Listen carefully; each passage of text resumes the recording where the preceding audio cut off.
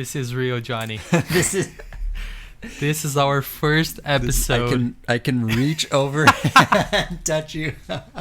This is crazy. After recording 10 episodes, we're finally live. Yep. Face to face. Yeah. There's no wall between us. I wish everyone could see the crazy setup too. I thought our home setup was crazy.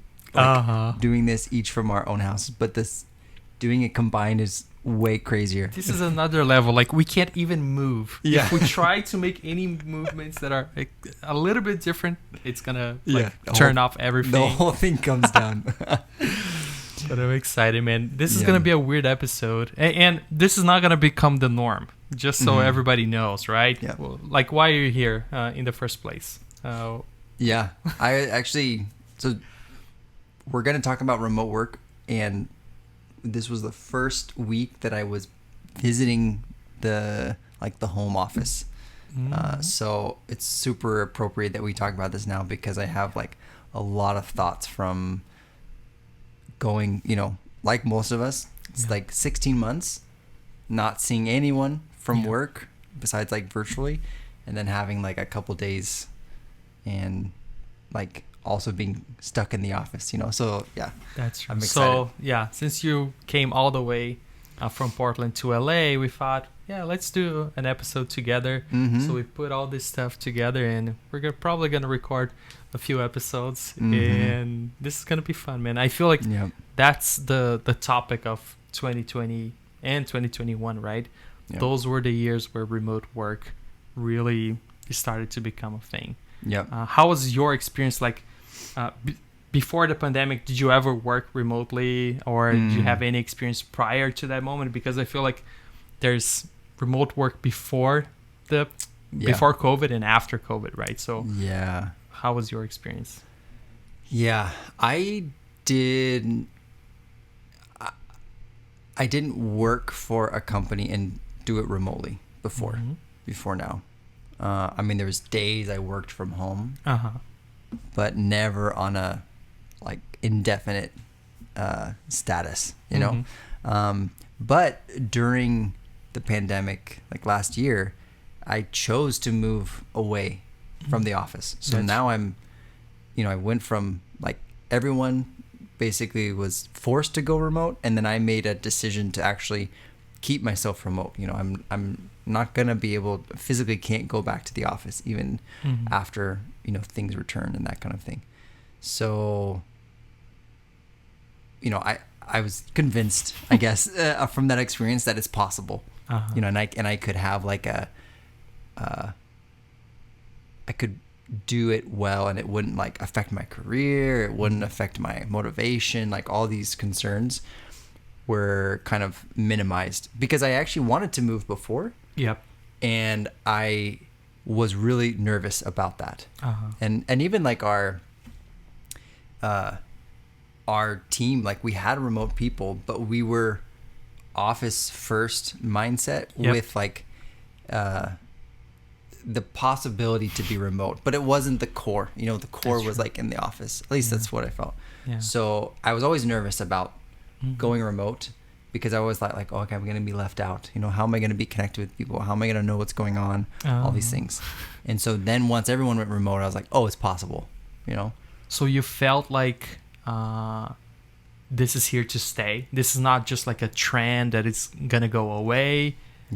Like remote work is actually going to change the way we operate, and I'm willing to move to a different state and be away from the team when all this is gone, because I feel like this is going to be the norm. Was that your mentality back then? I knew that it would be there to stay, at least in some capacity. Maybe not like no one goes back to the office. I figured there would be a return, but after such a long time, the culture and mindset would be different. Even the investment, right? Like investment in tools to make remote work possible have already been made, so that now trying to be a remote person, there's more things catering to you, because everyone was in that state for a while. It's interesting that you mentioned like the investments that you make, because I remember like we were working together and you bought like this super fancy camera to put in the office. Like this was like this 360 camera that you would like have 3 weeks before we went. 3 weeks before COVID. We all left. Yeah. And then we never got the chance to use it. But that was an investment for the office. So people that were working remotely would feel more comfortable working with those that were still in the office. Yes. And we never got the chance to use that equipment. Yep. And now we're seeing lots of people investing in their own personal equipments, right? Like how they can make their ability to work remotely more enjoyable to others that are like interacting with them, right? And that's like microphones, cameras. You have all sorts of equipment that you can invest on, right? Yep. Did you make any of those investments? Like, did you change your working environment because of remote work or not? I totally did. Yeah, I've like done tons of things around my workspace to optimize for remote work, and because I mean, only times people interact with me is over camera, so the quality of that is directly impacts the quality that people can actually connect with me, you know.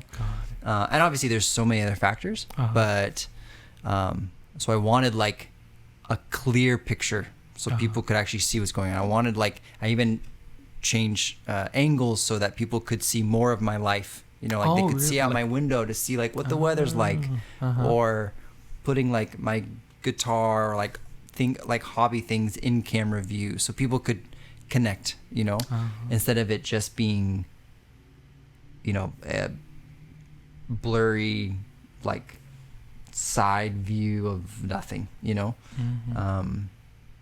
But I remember when we bought that camera for the office, I remember having conversations with people that were remote at the time, and we were brainstorming like how can we make the team more remote friendly. And I remember we like created a doc and we were working on different ideas, and one of the feedbacks that we got from those people was, hey, people don't go into meetings thinking about the people that are remote.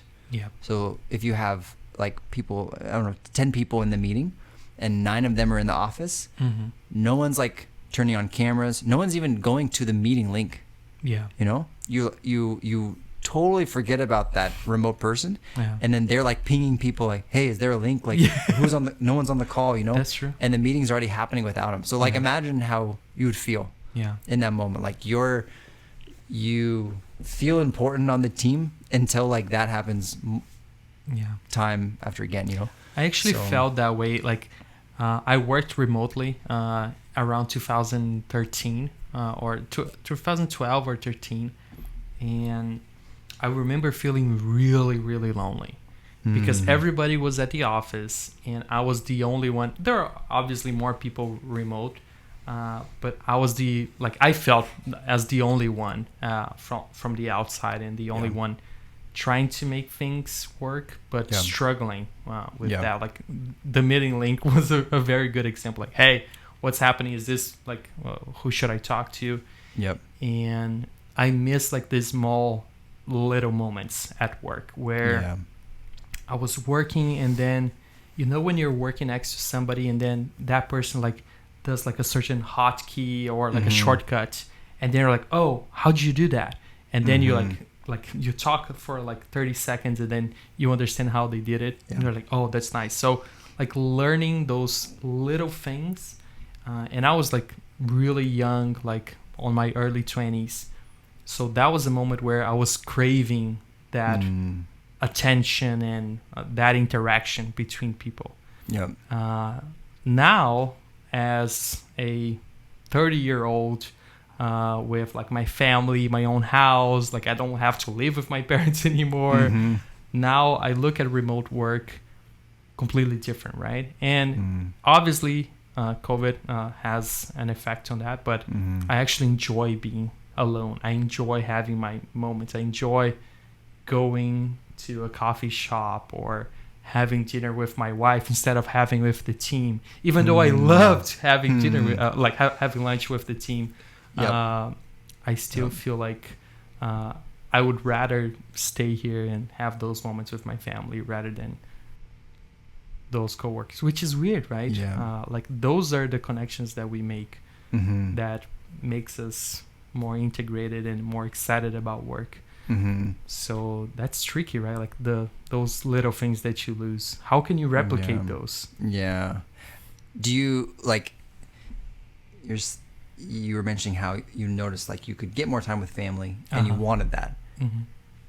So then, as you look back, like, what would be a good balance, or is there a balance? Like, would you prefer to keep it, close to like 100% family, or maybe 90% like your own life, and then you just have like touch points, or is it, it sounds like it's not all the way back, somewhere in the middle? Yeah, it's tricky because I don't think there's like a particular percentage. I would say that sometimes we want more family time, and sometimes we want to be like completely focused at work. If we are like doing like leadership meetings and things like that, you want to be completely in touch with your team, like everything, like every single moment, like you're thinking about those topics and brainstorming ideas. So you're like more flexible in terms of like having less family time. But on the day to day, like I was looking at this tweet this morning, actually. It was like a dad. It was a photo of this dad with two of his children. And he was saying like, and there are companies that want me to go back to commuting and losing that like 40 minutes that I can just like tell a story to my kids, right?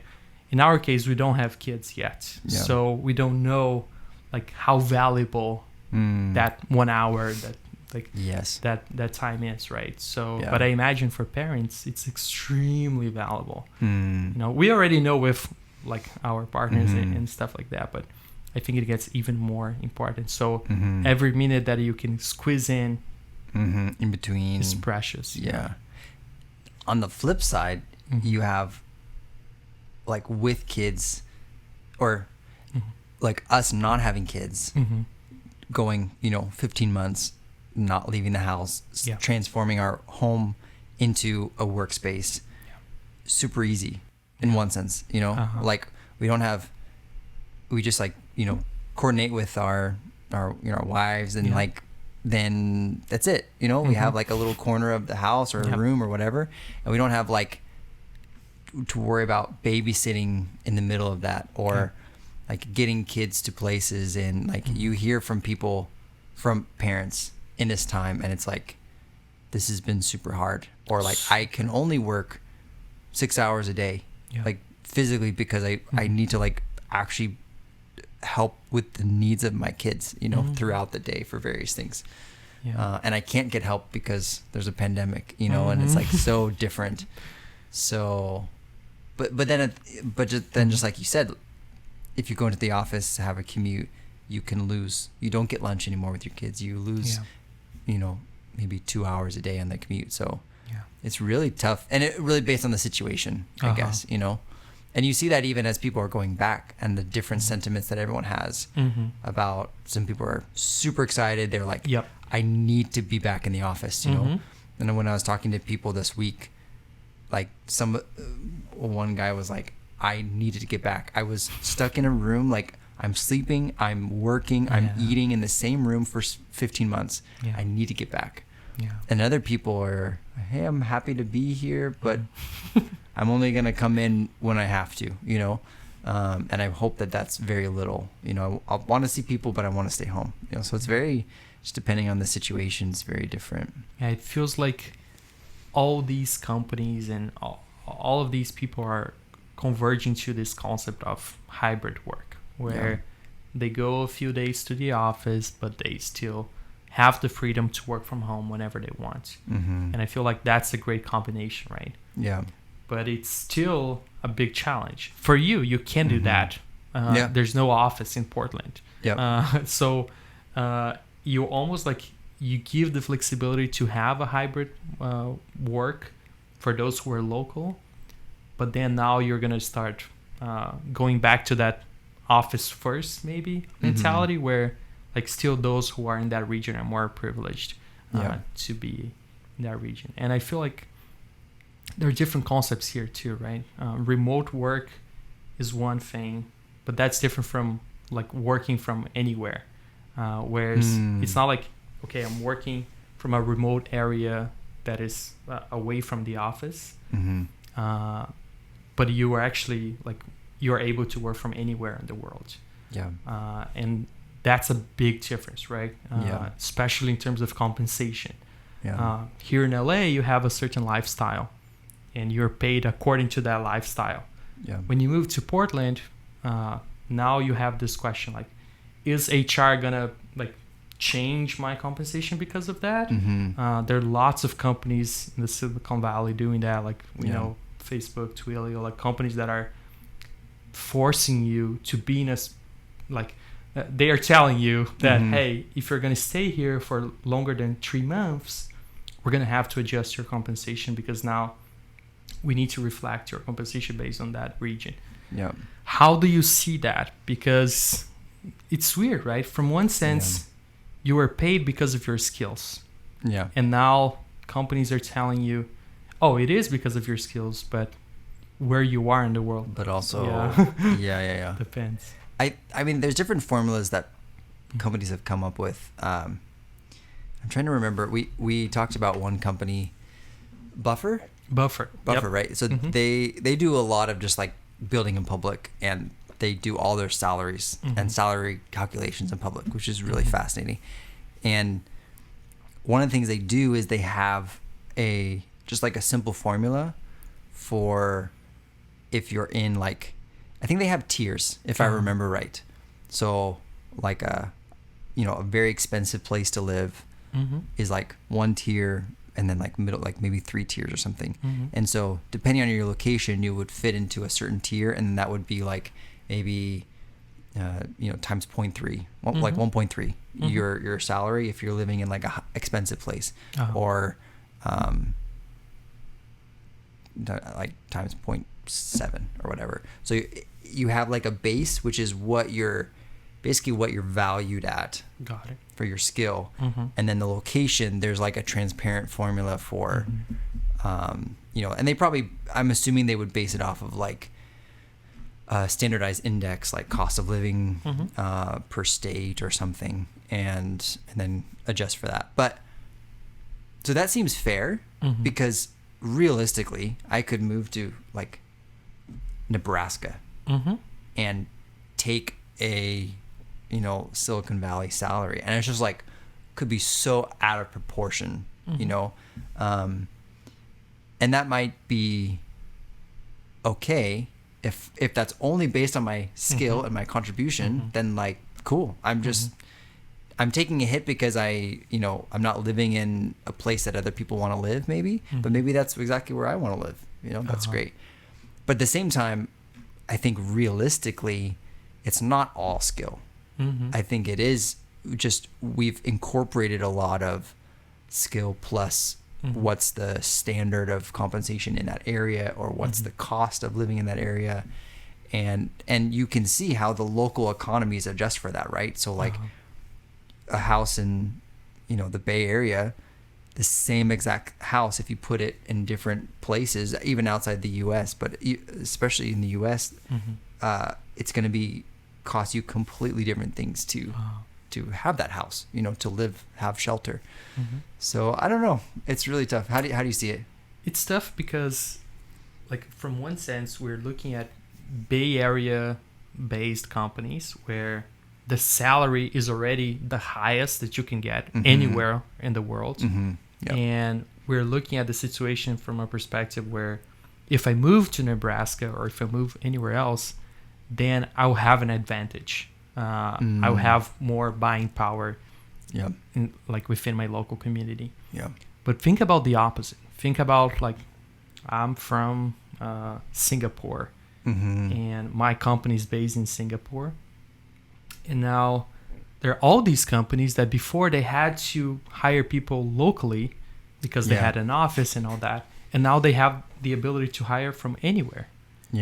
And your base pay is really like low because you're based in Singapore. Now, how do you retain talent when like people are able to hire from anywhere and have much higher salaries?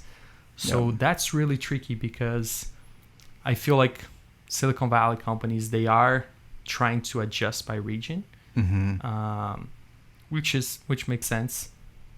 But at the same time, it doesn't, in my opinion. Like, you should be valued for your skills, not by where you live. And if someone wants to take an advantage of that, great. If they want to like live in a different place and have that salary, that's awesome, right? And I feel like what we're gonna see is that companies who will adjust by region are gonna start losing some talent because you're gonna see like really high skilled individuals looking to have that flexibility. And then the companies that are paying the Silicon Valley salaries, they're just gonna like attract those talents. So that's the power dynamics that I see happening if like companies start paying by region. And it really depends if that's going to be adopted across the industry or if it's just going to be like big tech and then that's it, right? Yeah, because there's multiple ways that I'm seeing companies like incentivize because I think it was Okta that was giving a $10,000 bonus if you moved away from the Bay Area, but you got a 10% decrease in your salary. Wow. So you're saying, okay, in the long run, you could live somewhere much cheaper, but it's like transparent that this is your choice. You know, you can stay and keep whatever. But we're also giving you like an immediate, bonus for making that move. So they're incentivizing to move, which is interesting because if enough people move, like imagine being able to pay, like take 10% off of your whole payroll. Like that's massive. That's huge. You know? But at the same time, there could be incentive the other way to keep people in the office. But I'm not seeing, like I haven't noticed as much incentive to stay in the office. You know, it's more it's more like just policy oriented. Where people are like, okay, well, you live within like a certain amount of miles, or you live in the region. This is the policy for how much you have to come in or not. And I wonder if that, especially now as most companies are rethinking that policy, I think it's really sensitive, you know, because you could lose, or I don't know if hurt is the right word, but disappoint a lot of your workforce by how you build that policy, regardless if there's no compensation change if you stay or move or whatever. Just by, some people could take it as a penalty almost for just living in this area. I now have to go into the office, you know, like even for me, you know, that was a like kind of a policy before. And I didn't move because I wanted to get away from that policy. But technically, what if I wanted to live in this area, but I wanted to maintain my remote work lifestyle? If I move back, I can't. And now the policy applies to me. So it's a... Yeah, like what is the excuse that you're going to use? That you can't go to the office? Why? Yeah. Everybody else is going because they live in that area. Exactly. And you have to go. I would say like that was a factor for me too. And we're seeing that in the workforce right now. Like talking to different friends, they say like whenever they are like looking for a new opportunity, they're already asking, okay, what is your remote policy? Yeah. Are you forcing people to go to the office? That's Apple, right? Apple is doing that. Like, and they have like different reasons to do that too, right? Like they're mostly a hardware company, so when you think about that, like you need to be physically close to I know like you're not actually like building stuff with your hands, but it's much harder to do. Much harder, like compliance, security. There's so many different things that goes into that. Yeah. And they are making the decision to like, okay, you have to come to the office. Yeah. And I'm pretty sure they're going to lose a lot of talent because of that. Yeah. Because now, like those employees, they're looking at other companies and seeing, oh, but I have this other company that doesn't force me to go to the office. Yeah. I can have the same pay and I can have the same work lifestyle. So it's going to be really tricky. And it's tough for companies too, because they are in the situation, some like they already have offices, some are shutting down their offices and deciding to go remote, like full remote. Yep. And like you have GitLab, for example. Since day one, they were like completely remote. Yeah. So that's really cool. It's in the identity of the company already. Mm-hmm. But then you have other companies that are like, they don't know what's going to happen, because some employees, they actually want to go back. Yeah. And they can't put that policy in. But now, as an employee, I feel anxious. I'm like, do I have to come back to the office? Like, is this an expectation? Yep. And then you ask HR, and they say, oh, we're still like trying to figure it out. It's like hybrid, but okay, hybrid how? Yeah. You know, like, do I have to go 1 day or 3 days? Like, is hybrid staying for how long? Because I actually want to keep that lifestyle. Now that I've tasted, I want to keep it. Yeah. So this is so tricky. Like, you have to make decisions and make those tough calls if you are in those leadership positions now, right? Yeah. And what do you like? How do you see the, like, especially long term? Because I think there's a lot of short term. Short term, it's really hard to justify, at least to me, office only. There's just so many benefits to remote work.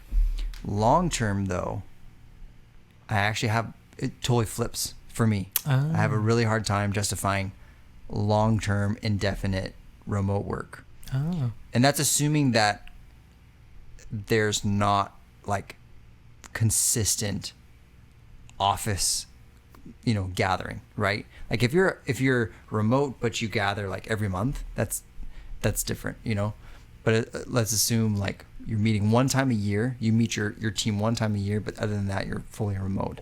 So how do you view like the pros and cons, or the potential damage, or even like upsides of long-term remote work? Yeah, like I was looking at this data. I actually want to bring that up. And we can put the source on the show notes later on for those who want to check this source. But like they were saying that the 3 biggest challenges associated with remote work was unplugging after work. So 22% of people said that unplugging was hard. Yep. Loneliness, 19% said they felt lonely. And communication/collaboration was 17% of people saying that was a trouble. So those are the things that I felt, and I can totally see that being something that you have to adjust, For some people, they don't have the environment to work at home. They have they live with their parents. They don't have like their own space. Or they have kids and they don't have an office or just like room in the house. Yep. So for those, I feel like it's going to be really hard for them to adjust if they don't make changes to their environment, right? And most of them won't be able to make changes. It's not a choice, that's not something that they, oh yeah, for sure. Like, no, they're struggling and there's no way out. Yep. So I feel like you're going to have to adjust. As a professional, you have to adjust to what you want. And that's the biggest challenge, like having that self-awareness. Okay, I'm preparing myself to like have a family. Okay, maybe now in that particular mindset, now you have to optimize for remote first. Yeah. And I feel like that's the kind of reflection that each one of us needs to have, right? Like, do I want to keep this way? Do I miss working with people, going to the office? Yeah. I personally miss a lot, those little interactions were precious, like going to lunches together. Those were the moments where it creates enough serendipity for us to know each other better. I would never know little things about you if we didn't go to lunch together every single day. Yeah. And you can't replace that. Yeah. This is what is the biggest challenge. Like, how do we adjust to the digital world in a way that generates that serendipity? Yeah. And I don't think nobody found the answer. Yeah. To this question yet. Yeah. That really is we're in this pursuit of replicating the things we need in the office virtually, but we're still trying to understand like what that is, like even calls, like video calls. Like they've been around for a long time. Not much has changed. Like there's been improvements in like, background blurring and transplanting and like voice isolation and background noise canceling and like all this stuff. But at the end of the day, we all feel that inherent distance, like the weird kind of delay, that's always there. Even if you have good Wi-Fi, like you're talking over each other a little bit and you don't, the awkward, like you get on the call and like, okay, like we have work to do, but how do we kind of say hi? And how do I have small talk without you feeling like every time you have a meeting with me, there's going to be small talk, like all those things that in a meeting room aren't there nearly as much, like we can have a small conversation walking to the meeting room. And it feels totally normal. And we sit down, get our computers, and then we like, it flows right in. Whereas on a call, it's totally weird, no matter how like how good of a relationship you have, there's just a awkwardness to it, What are some of those like new norms that you found out like working remotely? Because I feel like in the office, okay, you're seeing on a meeting face to face, there's certain things that are not nice for you to do, right? Like if everybody's talking and then you go and you just like start typing in the middle of the meeting, that's not a very respectful way of treating people around you. What are some of the other things that you had to learn now that you were working remotely? I think that like small talk at the beginning it's still super challenging for me. Like how much do you need it? Like why not just like jump on, get to business, get off, and how do you create like a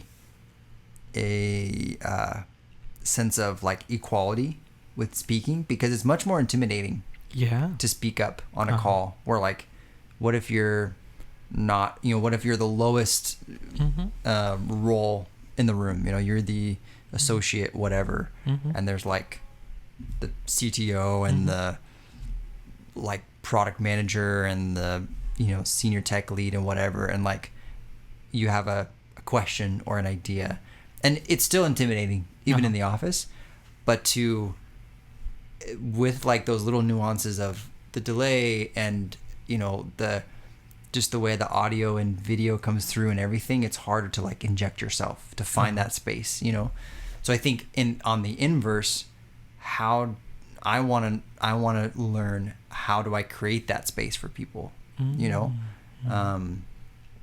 awkward silences are more awkward on a call than in person, brainstorming, like whiteboarding. Wow. That's super hard. Super hard.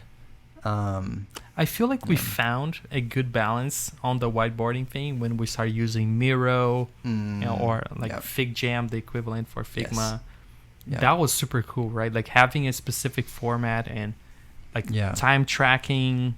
That's something that we got, like all those techniques from Vitor, right? Like our coworker, where he would set up this whole Miro board, and on that board, like you have your names and your photos, and you have like stickers already predefined for you, and then you have a moment where, okay, I'm starting this stopwatch, you have a minute to think about problems. Okay, good. Now you have another meeting, a minute to have like think about solutions. So having that kind of structure, and then like breakout rooms, that was another thing that worked really well, right? Like having a place where, like, if you have 20 people in the same call, how do you still create that connection? And breakout rooms facilitate that. And whenever we talk about those things, it's always like, oh, they make it a little bit better. They make it a little bit better, right? Like, how do you do brainstorming? With Miro, it makes it a little bit better. How do you create connection in a call with 20 plus people? breakout rooms makes it a little bit better. Yep. But at the end of the day, nothing replaces the face-to-face interactions, right? Yeah. But we're looking at face-to-face as something that is good most of the times. It's like right? our baseline we start with, right? Yeah. But sometimes they are pretty bad, like you have that boss that you hate. You have that coworker that you can't stand, and now you have to go to the office, and then that person comes and talks to you, and you're like, I hate that person, So those are the face-to-faces that you can actually completely avoid when you're working remotely. Yeah. Yeah, in some cases, right? If you don't have to interact with that people. But then you have like those interactions where you're just walking down the hall and you have that person that you're really connected with, but they work with a different team in a different project. You never really get the chance to interact at work. Because there's nothing like that you're actively working together. And now you don't have that anymore. You don't bump into people. So I feel like the key is how intentional are you with those relationships? And that's what I found to be the most difficult part of remote work. Yeah.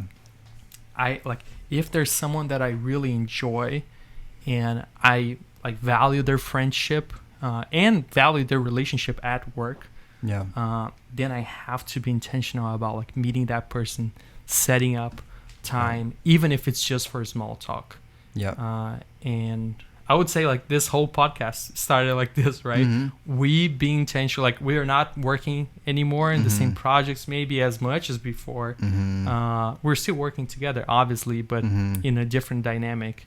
And we were like, oh no, let's set up those calls. We had to do something, or else we wouldn't have like talked at all, know. Whereas like if we were in the office, we totally would have just like grabbed little moments to catch up or talk about something that we're like thinking about or whatever. And it's interesting you like talk about like, oh, the people, if you go to the office, you're like stuck with everyone, and that is a double-edged sword because there's sometimes where that's legitimately, it could be toxic, it could be just simply unproductive, someone who is being very distracting or being loud or whatever, and you kind of can't avoid them because you're physically stuck with them.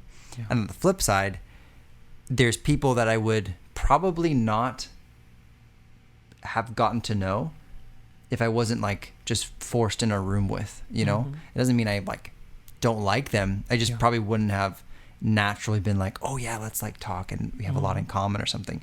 But showing up every morning and like, maybe you're the first two in the office and you're like, okay, like let's chat for a little bit, we're the only two here. And if that wasn't the case, we probably wouldn't have gotten to know each other. But then at the same time, that was a relationship built, and maybe at some point you have to work closer together and you have that relationship, and that project goes way smoother, or that collaboration is more functional because of the relationship there. So it really is, you kind of get both and with it.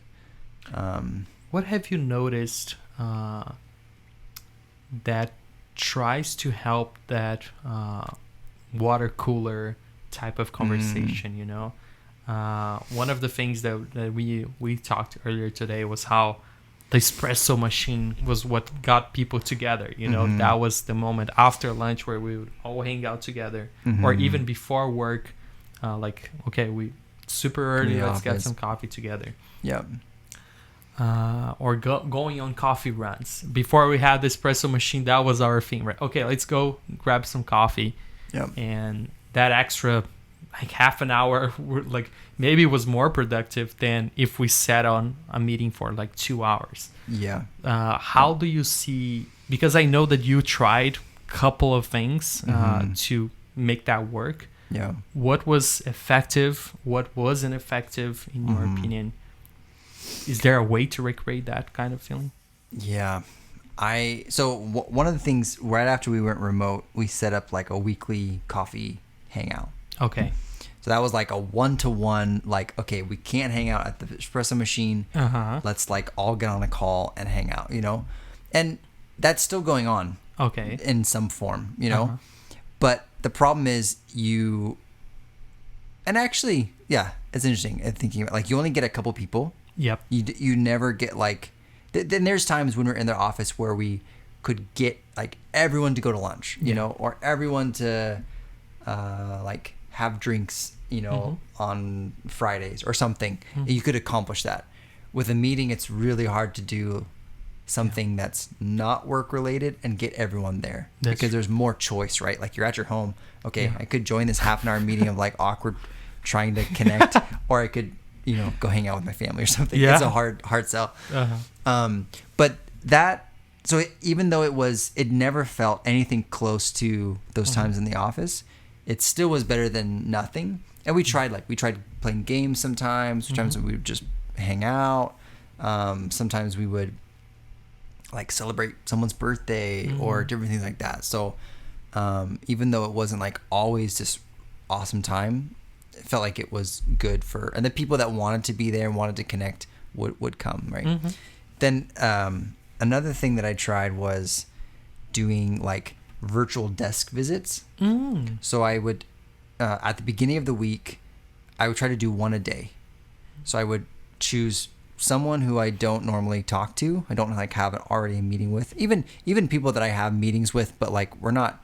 Oftentimes, even if you have a meeting, you don't have time to connect, right? So I would do only 15 minutes, and I would just, like, grab a slot on the calendar and then come, and then, like, we wouldn't talk about work. We would just, you know, how are you doing? Like, how are you feeling? I would try to come with some, like, you know, questions, just like icebreakers and things like that. And it was really, like, that was much more effective at staying connected. And there was even, like, some good feedback, like,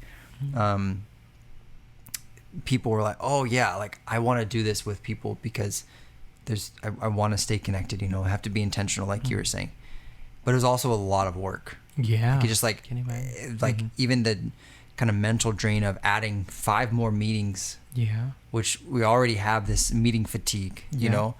And so you, like, actually booked on the calendar. Like, it's not like you just said, hey, what are you doing? And then you jumped on a call. Yeah. Right? Which I actually, I didn't try that. That's a whole, we should talk about that too, actually, because that's a whole nother thing. I think that would actually be more effective if it's possible, if it's practical, you know, because sometimes if, like, with time zones or just the way people manage their calendar, that could be more invasive than not. You know, people are like, dude, I didn't plan for you to have a meeting with me right now. I mean, thanks for asking, but that's more of, like, a burden, you know, than just, like, hanging out, you know. I have, like, this deadline, I have to finish this task, and now you're, like, trying to, like, connect with me, like, force this kind of relationship, like, just leave me alone, let me finish the job, right? And in the office, you could get a sense for that, you know. You can tell if someone's, like, super stressed, like, working on something, you know, okay, I'll ask later. That's true. But you don't have those, like, signals in the office. But it's interesting, like, talking about those signals, right? Because at the office, you would look at people and it was so clear. If they were, like, swamped at work, like, it was so clear, like, they would be really stressed, the headphones on, like, you have those little tips that you can give to other people that, hey, like, this is not a good moment, you know. But then, like, remotely, how do you give those signals? And I saw some people at our team doing some sort of thing like that, where they would like, change their Slack status, and they would say, focus time, and then like a symbol that says, hey, don't block me right now. You would see some people just being very over communicative, like, about I'm going to the dentist, I'm going like for lunch, like, every little thing that they do, every time that they step away from the keyboard, they adjust their status, and they show what they are doing. So it's tricky, right? I feel like you can try to recreate that, but it's tough. It's hard. And even talking to people, like, I've seen different threads of people giving up on remote work from this experiment that we've had of, like, okay, cool. Like we had our time to try this, but this is not working for me because of my situation or whatever. And then people respond, like people that have been doing remote work for a while, saying this hasn't been remote work as we've ever known it. You know, you don't get stuck in your house for a year and you work there and you eat there and you hang out there and no one comes in and you don't go out. And like that's not what, if you talk to people about who've been doing remote work for years and years, that's not the life that they lived, you know? So I think if it was a bad experience, it's probably because it was thrusted on us in this crazy time, you know? Where no one was prepared. No. And I feel like that's an important distinction to have. Remote work is different from work from home. What we had in the last 15 months was work from home. Yeah. Now we can go to WeWork. Yeah. We can go to a coffee shop now. Go to a coffee shop. Like I've seen some companies do that where they like I know it's like pretty common for you to go on a retreat or have like a leadership meeting with everybody or a sales kickoff with everybody in like one place. Yeah. But what I've seen like other people doing is they get together as small groups to work on a project. So let's say you and me, we have something to do, like this big thing. Yeah. So then I can travel to Portland. We work together in a like at WeWork, and then we do like that for a week, and then I get back. Okay, that's good. I had that moment with you. We were able to connect. We were able to collaborate together. Yeah. I know that I'm not gonna have my freedom as I do at home, but I know that there's a time to start and a time to end. Yeah. And a goal, then I'm fine with that. I'm fine with that restriction. So I feel like that's something that could be more adopted too. You know, like those little trips that doesn't require as much coordination, as much planning, but you're still interacting. You're still feeling like a team, and maybe not as lonely. Yeah. If you just were working from your home, right? Yeah. No, that's a good point. What did you feel overwork, underwork? How did you feel like the boundaries play out? And even like over time, I mean, like if you were to graph over time, times you felt like I can't disconnect. I'm always getting pulled back into work, or I'm feeling so disconnected from the team or from work that I'm not even working to my full capacity, you know, or I have other distractions or whatever from being from home. How was that? Yeah, productivity is a big question mark because if I put myself on the shoes of the employer, I could say that, okay, my workforce is less productive when they are at home because now they have their TVs that they can turn on at any point during their day, or they can go for naps. They can do all sorts of things, like go to their kitchen and they start like cleaning the house, and that's not what I'm paying them for. I'm paying them to work for those 8 hours. But I feel like the difference is that at the office, you have those 8 hours and they need to be interruptive hours of work. Whereas at home, you can adjust. I remember in the beginning, like maybe in May 2020, like, okay, it was lunchtime or 2 p.m. I was supposed to be working, but I just decided, okay, you know what, I'm just going for a run. And then I would like be away for an hour, get back, and then feel much more productive. Much more empowered to do anything and conquer everything now because I went on that run. And then I would have much more productive time after that. Whereas at the office, I could just go for lunch, and then after that, like 2-hour lunch with the whole team, eating like a big meal. Now I'm like completely unproductive. I feel like doing nothing. Lunch, like, you know, lol. Exactly, you know. And I feel like we have to recognize those limits. And there are times that I felt extremely productive because I had that flexibility. I could grab a coffee with my wife, decompress all the problems, you know, have a break from meetings, and then go back to work. Yeah. And but then there were times that I felt like, you know what, like I'm so tired, I don't feel like doing anything. So you do the minimum, you go to the meetings, but then when you're like on your own, you're like not as motivated, so you keep working, but maybe you don't do the full 8 hours that you're supposed to. And then you feel guilty because of that, because now you're stealing. You're stealing like money from the company that is paying you to be there for 8 hours. So I feel like that transaction starts to be really blurry.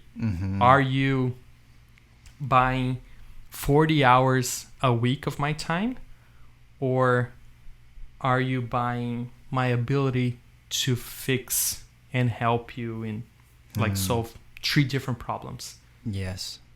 And I don't know like the answer.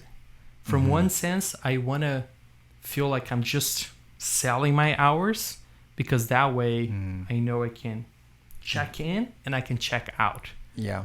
But if I look at from like a problem-based point of view, maybe like I go to bed and I keep thinking about work. I wake up and I'm working out and I'm thinking about work. And that's the tricky thing, right? Because we try to have some work-life balance, but at the end of the day, everything is so ingrained together. At least in my experience, when I am focused on like goals in terms of like, what am I getting paid for, like to accomplish these things, you know, then I tend to overwork. And when I'm thinking about hourly, I tend to underwork. And I don't know why. I think because hourly, you're just like stuck on this like, okay, do I have to be online for 8 hours?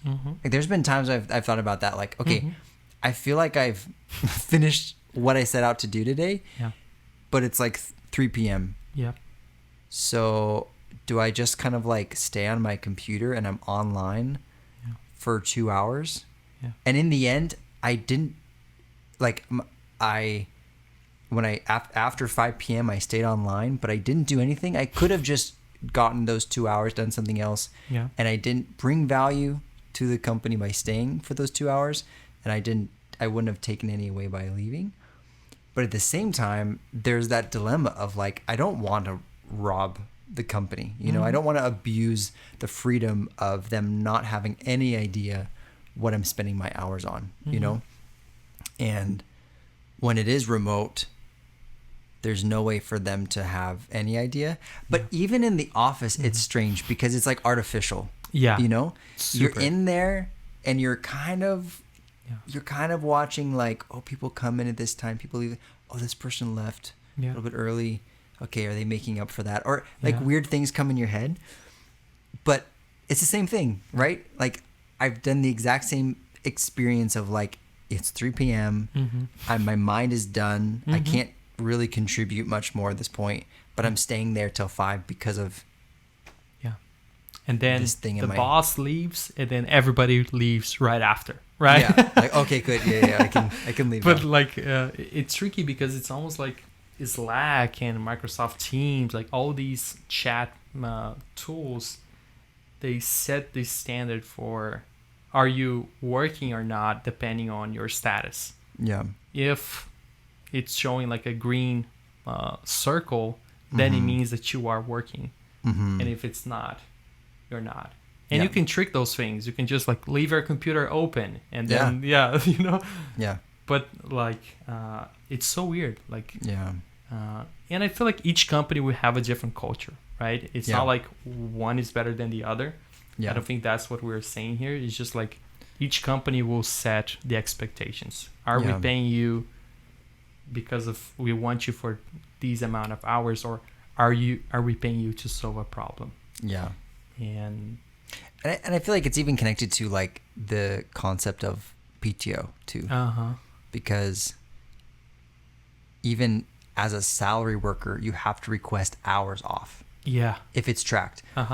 Or if it's unlimited PTO, you then have to measure for yourself, am I have I contributed enough that I've earned this? It was like, oh man, I don't like, honestly, unlimited PTO.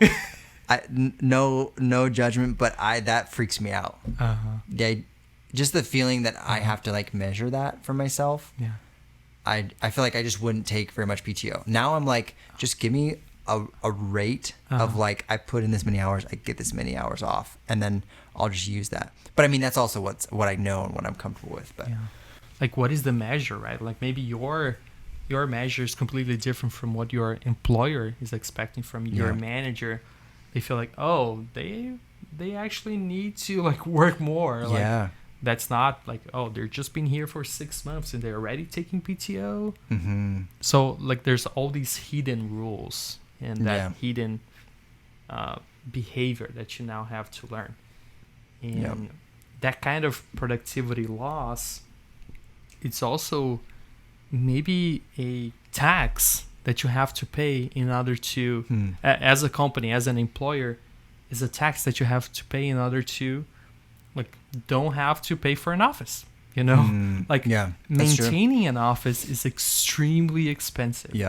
And just having that location, paying for rent, paying for water, electricity, even cleaning, you know? All the facilities, it's like a full business by itself, you know, maintaining a building with 100 people, 200, 400. Imagine like 5,000, 10,000. So I feel like companies are now trying to figure out, let's say we have a 20% productivity loss. Is it okay for us to have that 20% productivity loss? Because now we're saving 20% in costs by maintaining an office. And it's true. I don't think nobody can actually get those like numbers, measure that at the end of the day. But it's undeniable that you save a lot of money by not having people go to that place, for sure. What you asked me this, but going back to, what did you notice as things that could bridge the gap between like what you were losing from not being in the office? What are ways that you found that in the remote setting? I feel like as we're getting back to normal, right, as everybody's vaccinated, I feel like we have the opportunity to be more present, and that's with like those working group meetings, like retreats. And I feel like in the past, for certain companies, that will be a yearly event where it's like this massive thing that we organize, and it's so expensive, but at least we get everybody together. And I feel like what we need right now is a much more frequent event around that. So instead of doing every single year, you do every single like semester. Or for certain teams, they're meeting every 3 months in a certain part of the world. And you can do the same thing like with meetings, right? Okay, we have an all hands meeting every month. That's what we used to have, right? And now the company that I'm going to work at, they do all hand meetings every single week. And they invite people from other companies to talk on those all hand meetings. If you are working on something, use that platform to share what you're working as a demo, and that's a way for you to get everybody together. The challenge is like putting a whole retreat together is extremely expensive, and there's a lot of logistics. Putting an all hands meeting together where you have every single department sharing updates about their teams, it's extremely expensive too. So what I found the solution to be is you just have to reduce scope for those things. If you want to make them more frequent, you don't need all that preparation for an all hands meeting. You don't need super every casual. single department giving updates and preparing this whole deck and like selling themselves to the rest of the teams. You don't need that. Forget that. Just have one team present something that they're working on, that they're excited. It doesn't have to be extremely polished. It just has to be something. Oh, you're putting together a retreat.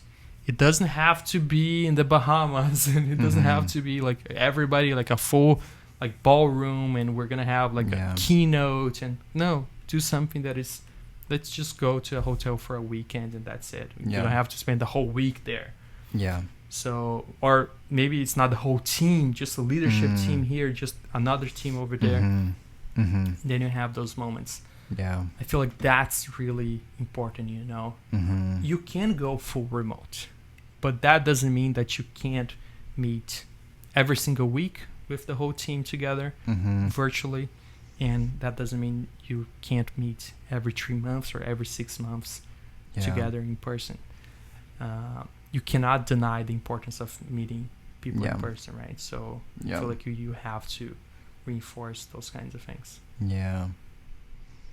Yeah, you just need to get creative with like you start with a baseline, like people had to be in the office before like the internet, for example. You know, like you physically don't have a way to just quickly communicate, you know, to anyone around the world. Like that's not possible.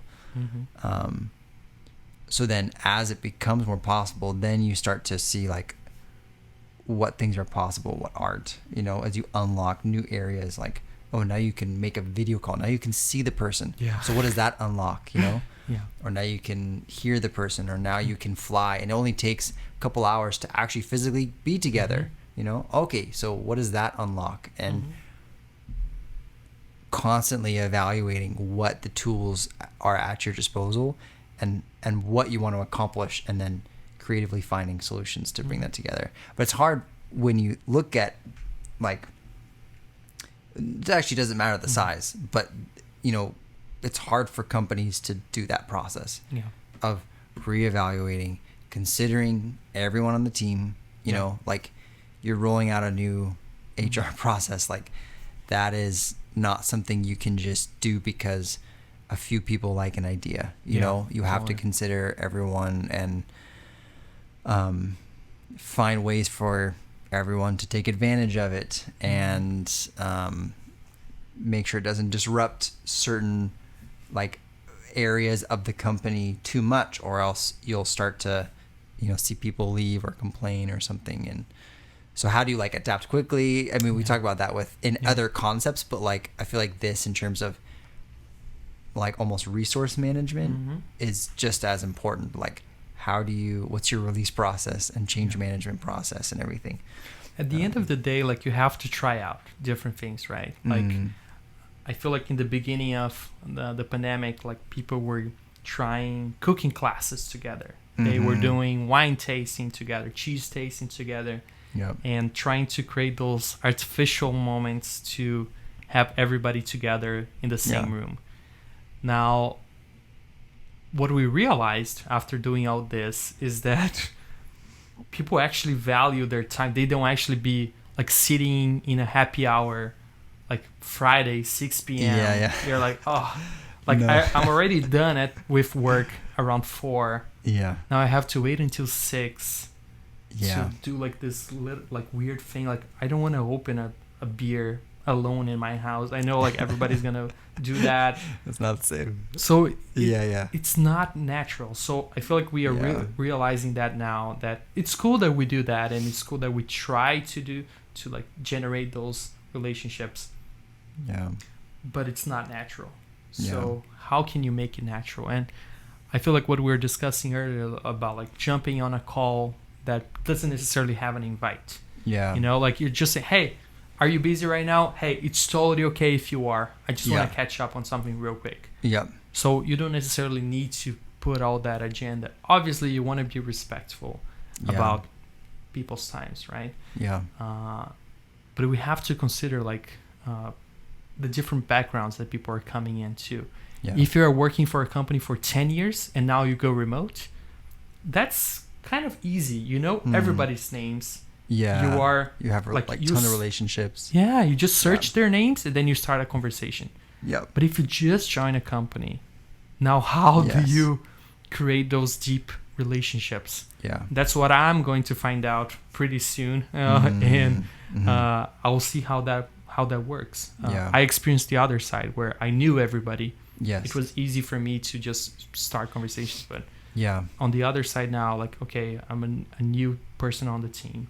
Yeah. What I'm gonna do, you know? So yeah. it's gonna be tricky, and I feel like you need different strategies for each one of those people, right? Yeah. Maybe you need more hand holding in the beginning for those ones that are just starting, that don't know the team. Maybe you need those artificial moments. Yeah. Because then they get the chance to even know that person. Yeah. Then as you develop other relationships, you can maybe adjust a little bit more. Yeah. Yeah, I'm curious, like, how, you know, everyone listening, how it's been at their company, because there's, in the industry, there's like tons of reshuffling going on. Yep. Across tech companies and beyond, right? Like, people are trying out, like, now things are reopening in a lot of countries, and it's just kind of like open season for, like, there's like tons of jobs, there's tons of people looking for jobs, and it's just like everyone's going around, right? And so in a company where there's people leaving and there's people coming, you're gonna notice the people leaving more than the people coming. Because you know the people leaving, and you don't even know the people coming, because you're never going to meet them, or you're not never going to meet them, but they come on. And usually, like, if you have a new person in the office, like, we would go out to lunch the first day, and we would intentionally get to know them, and you know, try to have little conversations with them. But now they just pop up. Maybe there's a message trying to get to know them, but then they disappear in Slack, you know. And what is the ratio between the messages on the farewell channel versus the messages on the new hires channel, right? Yeah. And, like, what's the potency? Because it could be that one, regardless of which one is more or less, maybe I would assume that the farewell one is like, everyone, you're like, oh, someone's leaving. Oh, someone's leaving. You don't feel like, oh, someone's coming, you know? Yeah. It's just like, okay, someone else new, like, floating out there. I don't know. They still have to prove themselves, right? Yeah, you have no relationship. You don't know if they're, like, going to be an awesome, like, coworker, super critical, or if maybe this is going to be, like, a long road to get them on board and everything. Yeah. So, and I became a manager during the pandemic too. So I literally saw my direct report for the first time. You know, 15 months after. And he was in the company before, so I'd seen him before, but this was the first time that we had interacted at all. And so going into a room and just, like, whiteboarding was so nice. You know, something that honestly I had worked for months to try to build a collaboration, you know, and, like, how do I give him context, and how do I pass along expectations, or, like, all these little nuanced things, you know. And even in the last week, I realized, like, I remember how easy it was to do that. But at the same time, I also noticed how, like, him being remote, it's super important to him. You know, like, we're in the office, we're collaborating, but then at the same time, it's like he has things going on in his life. He wants, you know, flexibility and everything. And I'm so glad that it's super easy to give that to him. You know, I don't have to run, like, oh, okay, but yeah, you really should be in the office, and, like, that's the only way we can get work done. So I can't really afford for you to be, like, taking your friend over, or, like, you know, visiting someone in the hospital or something, you know. But now I can totally do that. I'm like, yeah, go for it. Like, totally live that life, because I now have a trust in him that, like, from 15 years of being remote, that we're doing, like, I totally trust that he'll do, like, the work that he needs to, you know. So, and that comes back to you, right? Because now, like, that employee, that direct report, is much more excited about the fact that they have the freedom to do whatever they need to do, like run those errands and then go back and continue working. And they will appreciate that. Appreciate the fact that they can do that in the middle of the day and pick it up where they left. And then now you have more motivated people versus You're just enforcing something from Yeah. HR, like a top-down decision. Everybody has to come to work. Yeah. And I feel like if that was the case, maybe you would lose him. Like, oh, Yeah. that's a talent that you would no longer have in your There's team. no option. Because other companies, they are allowing. Yeah. So why would I stay? Like, obviously, there's so many different concepts and ideas and reasons why you stay at a company. But it makes you wonder, like, why I'm here if I can be anywhere else, like building my own time, my own agenda, running errands if I need to. Yeah. So that's why it gets so competitive, and that's why remote opens so many different options and doors for everybody. It opens doors for the employees and opens doors for the employers too. Yeah. And as long as there can be a trust, as the backbone from both sides, like as an employee off somewhere disconnected, do I have trust that like things are going well at HQ? Do I have like trust that I'm going to get the same opportunities, that I'm going to be well integrated and everything? Or and then as an employer, can I trust that like I don't see what they're doing, but I can trust in the results, or I can trust in the reports or testimonies that I'm hearing about the person. And I mean, this was an amazing test of that, like employers and employees didn't get a choice. It's just like, okay, now you just both have to trust each other, and